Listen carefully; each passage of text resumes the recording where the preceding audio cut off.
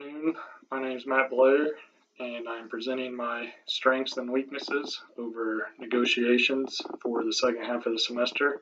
I feel my first strength was the use of objective criteria during the campgrounds versus grills negotiation. As the seller of the grills, I introduced market value data on other grills in the market and testimonial from owners of the campgrounds in Australia that have installed our grills on their increased satisfaction and attendance since switching.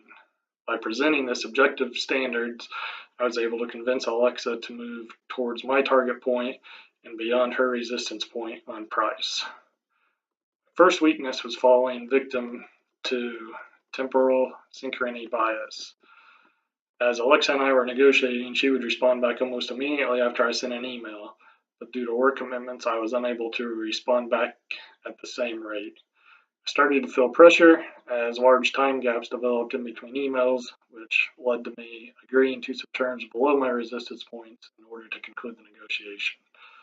In future email negotiations, I feel it is important to schmooze in order to build rapport, establish trust, and get on the same page before diving into the details. My second strength was in playing a compromising relationship-oriented role during the tower's negotiation. We started off our negotiation by sharing our rankings of the interest up for negotiation. Through active listening, I was able to respond to the needs and feelings of the other parties, and I was then able to offer a trade-off on one of my lower rankings for one of their higher rankings. They, in turn, were able to make a compromise on one of my high-ranking interests. This is a critical aspect in an integrative negotiation in order to reach a solution that will be mutually acceptable for all parties. This helps create a win-win situation as we were able to enter into a new market and attract a larger target audience since we are all after the same customers.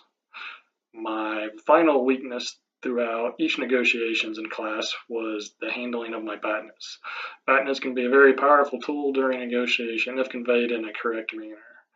I never brought my BATNAs up during the negotiations. I could have found a way to respectfully make the other party aware of my strong BATNA. It could have provided me leverage and leading the other party to making a higher initial offer, which will ultimately lead to a higher settlement point for me and my ZOPA.